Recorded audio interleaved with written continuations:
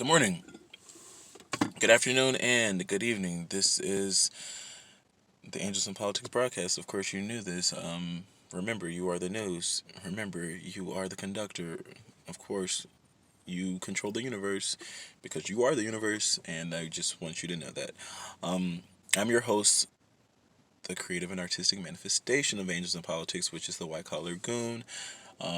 Host may not be the best word, maybe the intermediary, maybe your intercessory connecting integral piece for you to achieve enlightenment and self-realization, self-actualization, just knowing yourself. That's really what I'm into.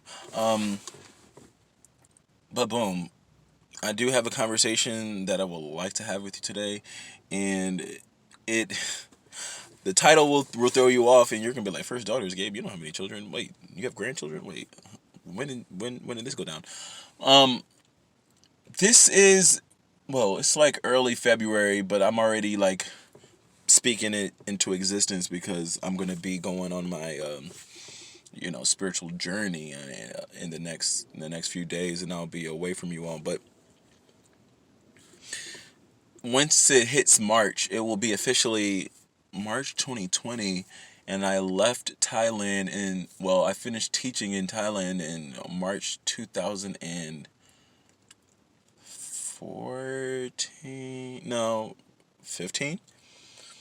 March 2000, March 2015, because I taught from 2015 and to 2016 in China. Okay, so 2015 is when I left them.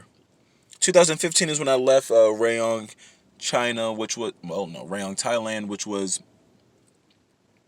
St. Joseph, Rayong, boom.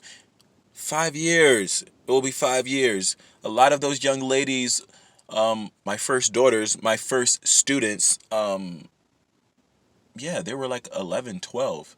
So now most of them would be seniors, seniors in high school.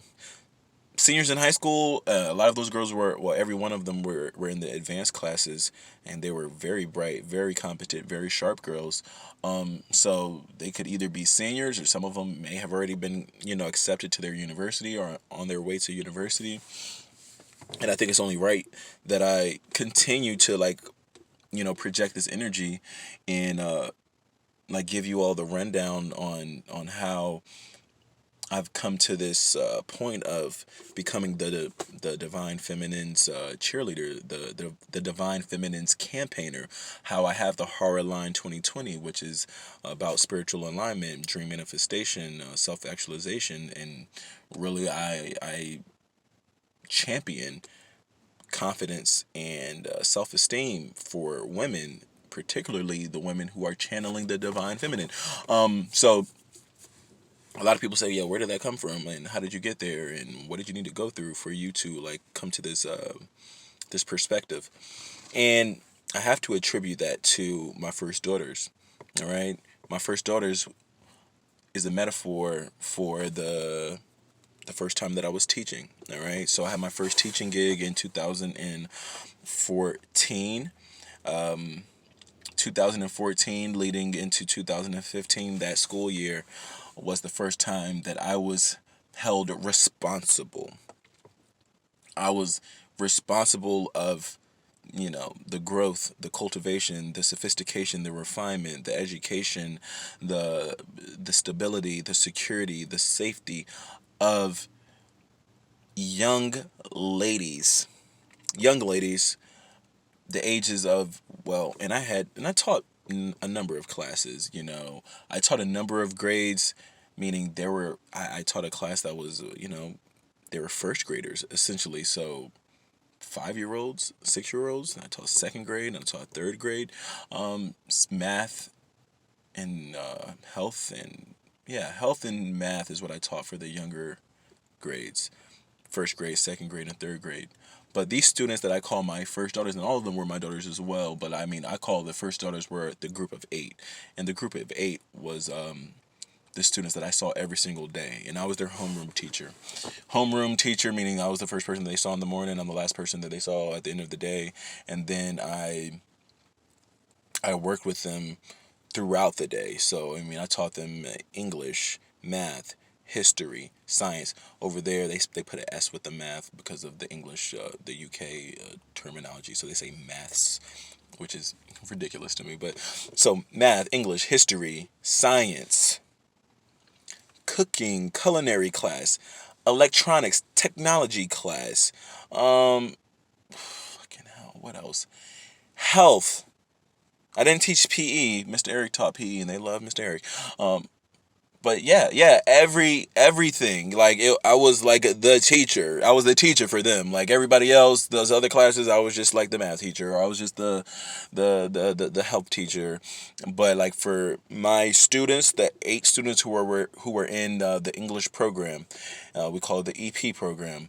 I saw them every single day, and it was a it was a hard road. It was a difficult road. And this is the reason why I'm here. This is the reason why I'm like turned up now. Like I'm like so turned up now because I was just speaking with my homegirl. I had, what they call political counsel or political connection. There was another political connection that I had earlier today, and I sat down with a close friend of mine, and we had lunch, and we just chopped game, and I just wanted to listen to her because listening is my currency, and listening is what I do. And I was talking to her about just her alignment and her cultivation and her own process of growth and development through the 5 areas of expression: her mental body, spiritual body, psychological body, physical body, emotional body, and I'll take it up to the 6th, which is the social body. How do you socialize that? How do you integrate that? How do you implement what you are learning and enhancing with all of those expressions? So we spoke about that, and she's artistic and she's creative, and she's what they will call a divergent thinker because she's really keen on math and science, and that's her strong suit. So we had a conversation, and she's young. She's younger than me. And we were talking about this, and she asked about what I did in Thailand, and how I started teaching. And I told her that I wasn't a teacher by profession or by trade, and I went to school for business management or organizational administration, and come to find out I am the person who needs to organize his own. I need to be the administrator of my own organization because I don't fit in with other people's organization. I won't say I don't fit in. I could fit in quite well, I think, into people's organizational hierarchy or structure. It's just the fact that within a structure, people have rules and regulations and parameters in place, and I was not, and I am not a person to acquiesce or to concede or to adapt my personality for other people if I don't feel that it's necessary. So in a number of jobs, when I mean all of them, I did have some pushback. I did have some issues, conflicts with that because there are bosses who feel like, hey man, we need you to do this and you're not listening, and we need you to be this way and you're not that way. And whenever there was like training sessions and team building, like, what are they called, when the company pays for like leadership building or leadership or assessments or on the job training. Like it used to be more common in the past. Nowadays they've outsourced this, and they made you, or they've allowed you to like do all these trainings online on the computer, and they sit you in this like situational room, I will call it. You put on a headset and you do all that jazz. But in the past, or what it's really supposed to be, the company's supposed to comp you, or pay for the whole thing, and they send you to some fucking hotel somewhere, and you meet with the people in your company from all over the region or all over, and they fly people in, and you normally have a weekend of training, which is really fun because I'm a social person, I'm an extroverted person, I'm an intuitive feeling perceiving person. So that means not only are you type A, it's like when you get people around, it turns to type A, so that type of thing. So I thrive in those. I thrive socially. I don't know how the how the management would feel about it, but I remember going into Macy's and everybody's like dressed up and like, they're with their like formal clothing, and I'm like, I show up with like skinny jeans and a J Crew like button down and my Chuck Taylors and my Converses, and people are looking at me like, yo, who the fuck is this guy?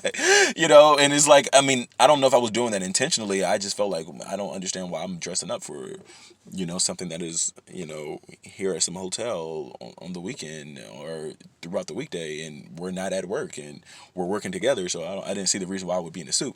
But just like little things, or to some people that's a big thing, but like things like that shows like, yeah, Gabe, you need to be running your own nonprofit. You need to be running your own political consultancy. You need to have your own political campaign. You need to have your own political capital company, your own political creative. Like that's the political circle. But things like that is funny. But when I go back to the teaching in Thailand, yeah, she was asking like, how did that go? And the truth of the matter was like, it was tough. It was hard. Like, the truth of the matter is, if you ask my quote unquote first daughters, those 8 girls who were in my homeroom class from sun up to sundown most of the time, they would say like, Teacher Gabriel, Mr. Gabriel, like we hated that motherfucker. Like I mean, which is a good thing I feel like, because I felt like I brought them closer. Like, talk about team building. Oh my gosh, they built themselves a team and they came together in more ways than one. It was at my expense, of course, but yeah, they for sure like were a closer unit because of the fact that they could all rally against one common enemy, and it was me. And I was the boss, evidently, and I was like the opposing force. I was the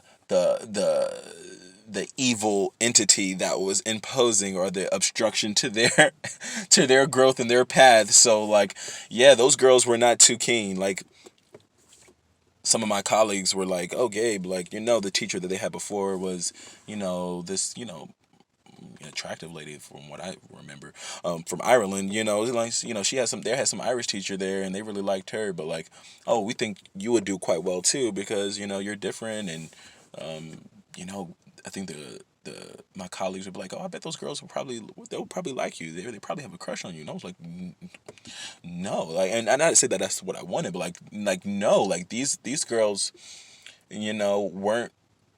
Well, no, it wasn't about that. Like, those girls weren't really feeling me from the get go, and I feel like it wasn't anything personal. It was more so like, yo, you're the teacher, and the teachers aren't cool. Like, archetypally, a teacher, no matter how like young you might think you might be, because I was only 24 at the time, 23 turning 24 at the time. No, I was 24 at the time. And it's like, no, like, a 23, 24-year-old might think on the outside looking in, you're a cool teacher, but like for them, like, you're still old as fuck, and you're still lame, and because you're a teacher by default. It doesn't even matter if they like, it's your dad could be, the coolest guy on the block, and your dad could be, Will Smith or something like that. But for your kids, it's like, yo, bro, you're not gonna be that cool. Like, you know what I'm saying? I remember Channing Tatum said that in one of these interviews. It was like, yo, like, and essentially I get all this respect from people in the world because they see my movies, but like, to my kids, they're like, yeah, you're like, it's humbling. It's humbling to your daughter to be like, no, I'm not impressed by that shit. So my students definitely didn't toot any horn that I had. I mean, and for sure, if you think my ego's under construction right now, if you feel like the ego's under deconstruction right now, there was no deconstruction at 23, 24. I was like, I had a perspective, I had a mindset, particularly on women in general, particularly on the objectification of women. Some people may even call it a perspective of being a womanizer or something like this, and they probably could have been right. So like, I had an ideology and I had a way of thinking, and those girls saved me. They saved me because like, they showed me. It's almost like they picked up a mirror and showed me myself, but they showed me the negativity. They brought out the shadow in me, bro. Like, those girls met the fucking goon, and I'm talking like for real. Like, they met the goon, and the goon was inside of me, and I didn't know. Like, I didn't know I didn't have those buttons pushed like that before. I didn't have those emotional strings like pulled before. I didn't have that ego or that pride like kicked down. Like those girls were like, "Oh, you got an ego up there? Okay, we're gonna break that shit down." And they did. Like it got to the point whereby like we weren't even teaching in class. There wasn't even lessons going down in class. It was just full on rap sessions. And when I mean rap session, it wasn't like yo yo yo kick some shit. It was like full on. Okay, tell me how you fucking feel because we're not gonna go through anything till we clear the air, girls.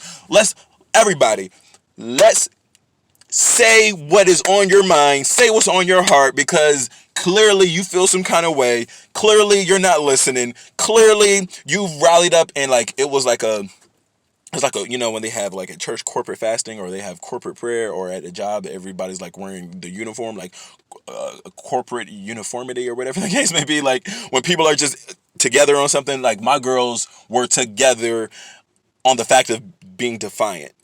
Like if that makes sense. Like there was a weekend, I don't know what happened, where things didn't go well and they just weren't happy. But like by that Monday, and I came back to school, I was speaking to them and nobody was looking up. I was saying, okay, let's start class. Nobody was getting up. They're still playing with their toys and throwing out cards. And I remember seeing one of the girls saying, talking to the other girl, like don't listen to him. Don't pay attention to him. Don't recognize that this motherfucker exists.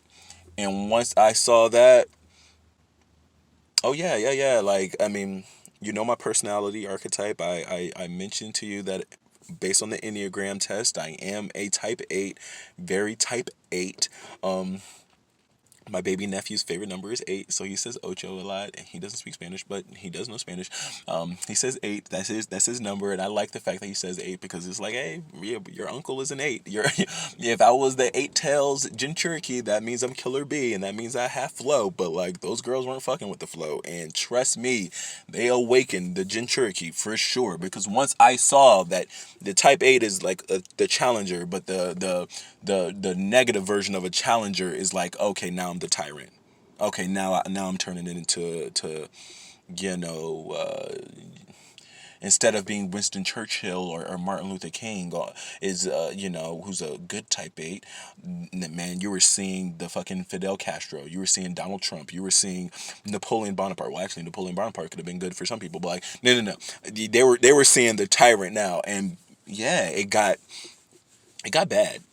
bad in a good way, because at the end, like I learned so much about myself and I had to like battle these internal demons, these internal like dragons. But like they pulled it out of me like you would never, like you wouldn't believe. Like having a 12-year-old girl, 11-year-old girl look you in the face and tell you, motherfucker, you ain't shit. Like you are shit. Like you are trash. Like we don't fuck with you. We don't like you. We don't care. We don't listen to you. We think you're uneducated. They were talking like, I mean, it was like when we were having these talks and they weren't cursing. They were like saying, they were, and mind you, I'm supposed to be teaching them English. I feel like I helped them with their English by the way they could articulate themselves, in the fact of how, or they could articulate themselves based on expressing how much they hated me, if that makes sense. Like they had broken English and everything else, and they mostly spoke Thai. But when it was time for me to like, when they were to tell me about myself, oh my gosh, the English was flowing. The English was flowing. You know what, teacher? Your problem is boom, boom, boom, boom, boom. And somebody else would stand up, and we don't like when you boom, boom, boom, boom, boom. And there was other girls like, you know what? And the fact that it was just like multifaceted. It was coming from every angle. It's like if you wanted to be, I was on the hot seat, but the hot seat wasn't like, oh, we're giving you praise. Oh, you're cool. Like, no, like we think the way you dress is yo, they were talking about my clothing. They were talking about the way I spoke. They were like really, really harping in on the fact that I was black. Like they just weren't fucking with that. Like, I mean, they could not get over that. Like it was a thing. Like, I mean, like imagine hearing the fact that you're black every single day. Like, I mean, it was like a thing. And at first I'm like, am I taking this personally? I mean, is this a personal thing? And it wasn't just personal. It was like, I mean, at that age, it could be anybody and it could be anything. And there were other teachers who had their own issues with their students, but like, being that I don't take shit lying down, being that I am like initially or yeah, initially I came across as very laid back, nonchalant because I do try to move with the flow, and as you do, you see the blue. It's like I am like cool and calm, not cool, but like calm and collected, and I can be like mild mannered and I can like go with the flow. But as soon as you try to cause some ripples and make some waves and you want me to show my face, you're gonna get me to show my face. And the fact of the matter is you're gonna be like, oh shit, Gabe, but like I didn't know your face was like this, because for the you know for the initial phases or the beginning weeks, you were chill and you were nice and you smiled because this was your first time teaching, and I guess you were trying to be the cool teacher, and I guess you were trying to make friends with these kids instead of being the teacher and being the leader. It's almost like the parent who wants to be the friends with their kids, and that's the worst fucking thing you can do. Like, you're not going to be friends. Like, your kids are going to respect you, your kids are going to love you, but if you think you're going to be buddy buddy with your fucking kids, well, you tell me how that turns out. So I'm gonna tell you how it turned out with me and the students, and they were not my buddies, and they did not want to be friends, and they exposed that shit because it's like, while you were trying to be cool, while you were trying to befriend us, we lost respect for you. We didn't have much to start with, but like, no, now that we know, oh, you're trying to be nice, oh, you're seeking our approval. Well, you don't have it. You don't have our approval. We don't fuck with your approval. We don't fuck with you at all. And then it went like that. So the first, I mean, I have so much to say about the first daughters, and it wasn't all bad, but like, I really want to like let you guys know, like, I had my own issues that I had to battle. I had my own perspective on women, and it wasn't until I was in control and had to be the educator, the adult, the leader of, the education and the cultivation of these young ladies. And they were in their, early stages of becoming young women, and it was very important for them to have like a male figure who was understanding, who was empathetic, who was sympathetic, who expressed compassion, who was gentle, but at the same time who made them accountable, who was stern, who was direct, who wasn't fucking around. And for the longest time, or for the beginning stages, I was laid back and I was trying to be cool and I was trying to get them to like me, and because of that, I was that turned very quickly, and it turned in a negative way, and it turned in a visceral way. And that's how I had homegirl that tried to fight me, or she did try to fight me. She did swing on me. Then I had, students that were like spitting in my face. I had students that were turning up in the classroom. I had students that were like, like blatantly defiant, and they weren't that way initially. And there were other teachers who saying, no, they're not like that in my class. They're not like that in my class. So I'm like, really? So like, of course they know better. So they know what to do in these tie situations with the tie teachers, and they know what to do with the principals around. But with me, oh, these girls are just showing their face. They're just showing face. They're just saying what's ever on their mind. They're just doing whatever they want to do, and then all those teachers were like, I mean, that's you. That's really like, that's you. So I had to take accountability. But we'll go into the next video and how I learned and navigated that situation. Color Goon. Color Goon.